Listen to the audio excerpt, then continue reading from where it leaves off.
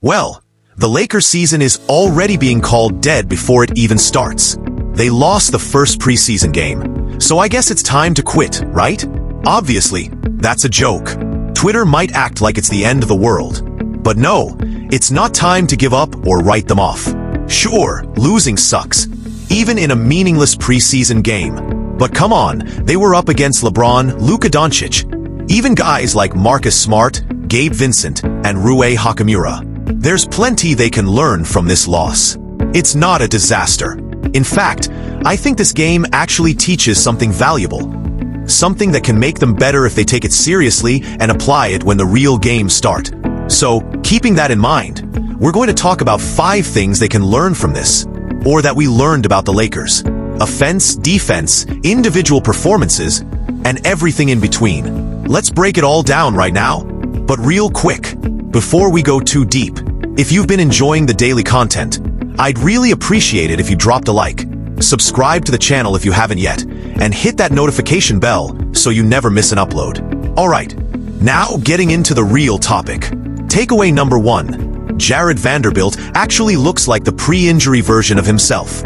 We kept hearing that during training camp, and JJ Redick even mentioned that he looked way more like his old self again. And honestly, I think he proved that out there. Sure, if you just look at the box score, you'd laugh. Vanderbilt played 21 minutes, scored 1 point, grabbed 2 rebounds, shot 0 for 4 from the field and 0 for 3 from deep. But that's not how you judge Jared Vanderbilt. If you really want to evaluate him, you need to watch the game. Use your eyes. He's never going to blow you away with offense or stats. You have to look at what he does on defense. And that was clear last night. You're not going to see it in the stats. At least not really. Maybe a little, considering his matchup with Devin Booker. That was his main assignment whenever they shared the floor. In the first quarter, he held Booker to just 4 points on 1 of 4 shooting. But what stood out more was how Vanderbilt moved. His quick side-to-side defense, his north-south speed, and his ability to guard the three-point line again. He looked like his old self. Not the undersized power forward he was forced to be last season, which JJ Redick talked about. After the trade deadline, when they went small and didn't add another real center besides Jackson Hayes, Vanderbilt had to play a role that didn't really fit him. Now, being back in his natural defensive pest role, taking on the toughest perimeter matchups, he showed he can still handle it. Guarding Devin Booker isn't easy, and while it wasn't perfect, he looked solid and way more athletic than before. Maybe he still needs some work on his conditioning since he looked a bit gassed in the second half. But overall, I liked what I saw on defense. He guarded Booker well, stayed with him most of the time, jumped a few passing lanes, and ended up with 1 steal and 1 block.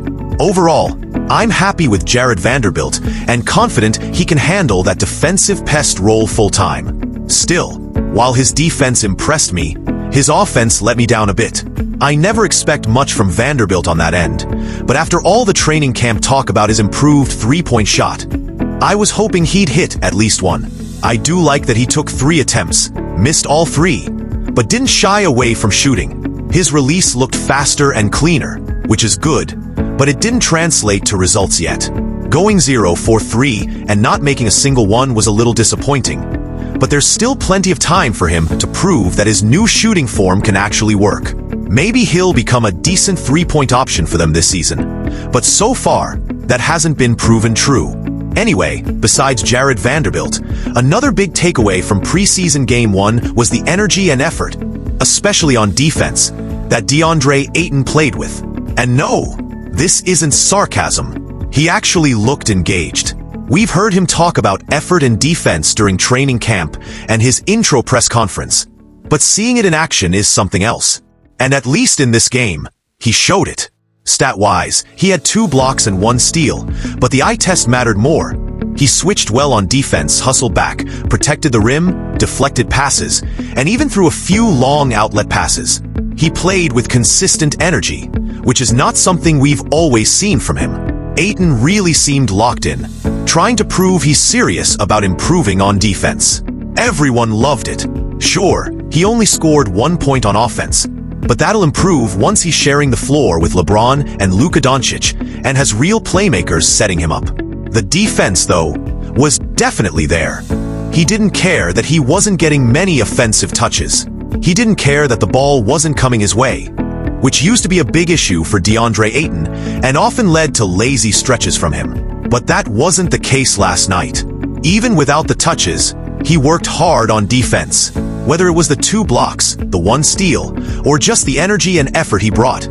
He was active, switching on defense, deflecting passes, and even disrupting a few lobs at the rim. He really made a point to show he was locked in defensively. But here's the real question. Was that just a strong first impression? Was he just trying to win over Lakers fans for now? Or is this actually who he's going to be all season? That's what he has to prove and sustain moving forward. Offensively, I'm not worried. Once Luka Doncic, LeBron James, and the rest of their playmakers are back on the floor with him, the offense will come naturally. Scoring won't be a problem for him. That's clear. But keeping that same defensive energy and effort every night is what'll really matter for Deandre Ayton. Still, based on his first impression and what he showed last night, I was honestly very impressed. He looked focused, motivated, and actually committed on that end of the floor. And here's what he had to say about it after. To show the team I'm more committed on the defensive end more than the offensive end, in a way. Like I say from the get-go, I'm not really here for numbers. I'm just here for whatever the Lakers really want me to do. And, main objective is really protecting that rim and closing out possessions. And I had fun, man, just, blocking some shots today and, just being that anchor, seeing how the guys have responded to me, just the terminology and stuff like that, just to get out and, just be out in our offense and create from our defense. So it was fun. It was fun today, honestly. Overall, I really liked what Ayton showed on the court and what he said afterward about his effort last night. So, fingers crossed he can actually keep that up. Moving on to takeaway number 3, I'd point to the Lakers' sheer size on the floor. Even without Luka Doncic, who's 6 feet 7 inches, and LeBron James, who's 6 feet 9 inches, they still rolled out a massive lineup. Austin Reeves at 6 feet 5 inches, Jake LaRavia at 6 feet 8 inches, Jared Vanderbilt at 6 feet 8 inches, Rui Hachimura at 6 feet 8 inches, and Deandre Ayton at 7 feet tall.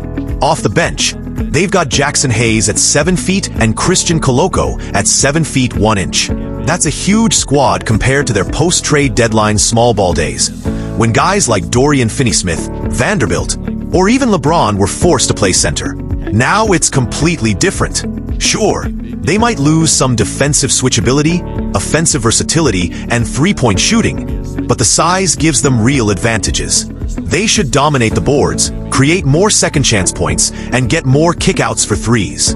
Plus, the lob threat is always there with at least one big on the floor. At least one of Ayton, Hayes, or another lob threat will always be on the floor, giving them better rim protection and size. Whether it's Ayton, Hayes, or even Koloko, having a real rim protector is a huge plus. Their height and length are obvious advantages. If they figure out how to use them right on both ends, it could really help the team. It's just something they need to adjust to and learn how to fully exploit. Moving on to takeaway number 4. I'd point to their offensive scheme and really the overall system. They just aren't comfortable with it yet, especially compared to Phoenix, who ran a simpler offense that worked a lot better. The Lakers clearly don't have their offense or defense figured out yet. You could tell some players were behind on reads and not running things at full speed, which honestly isn't surprising. They've had only 3 days of training camp and added more than 5 new players. It's going to take time, so there's no reason to panic just yet. The fact that they shot poorly from 3 and didn't get many good looks from their actual offense yet. It's clear they weren't running their full playbook, so don't freak out, but it's something worth noting. Schematically, they're just not up to speed yet, offensively or defensively. Missing key playmakers like Luka Doncic, LeBron James, Marcus Smart, and even Gabe Vincent really hurt them. But still, they looked a bit behind in executing their sets. Now, for my 5th and final takeaway, I've got to talk about a rotation battle, and 2 players who didn't help their case at all last night, Dalton Connect and Bronny James. Both struggled badly on offense, combining to shoot just 2 of 15 from deep and 3 of 22 overall. That's rough. Defensively, they weren't much better, though Connect was probably a little stronger than Bronny. Bronny got lost on a few defensive possessions, struggled navigating screens, and just didn't look ready for NBA speed yet. He's clearly not up to full speed yet, something he even admitted, saying he doesn't have his legs under him right now. Still, neither of them did themselves any favors, especially with Marcus Smart, Gabe Vincent, and others not playing. Yes, it's just preseason, and their very first game, but it was not a great first impression. 4-2 players trying to win over JJ Redick and earn a real rotation spot. This performance didn't help. Offensively or defensively, it just wasn't good. Connect has to be a more consistent three-point shooter. Sure, he faced tight defense and the offense wasn't flowing, but he still missed a few open looks. Bronny got to his spots but couldn't finish, going 1 for 12 from the field. On defense, he wasn't what you'd hope for from a guard. Late on screens, losing his man, and even getting beat on a few backdoor cuts. So both of them need to show improvement. And fast. Overall though, those are my main takeaways from the first preseason game. There were both positives and negatives to point out. Schematically, they're still not there yet. But individually, guys like Jared Vanderbilt and Deandre Ayton gave fans reasons to be optimistic. With that said, what do you think? What stood out to you from the first preseason game? Offense, defense, or individual performances? Drop your thoughts in the comments below. That pretty much wraps this one up. If you enjoyed the video, I'd really appreciate it if you left a like, subscribe to the channel if you haven't already, and hit the notification bell so you never miss an upload. As always, thanks for watching, and have a great day or night.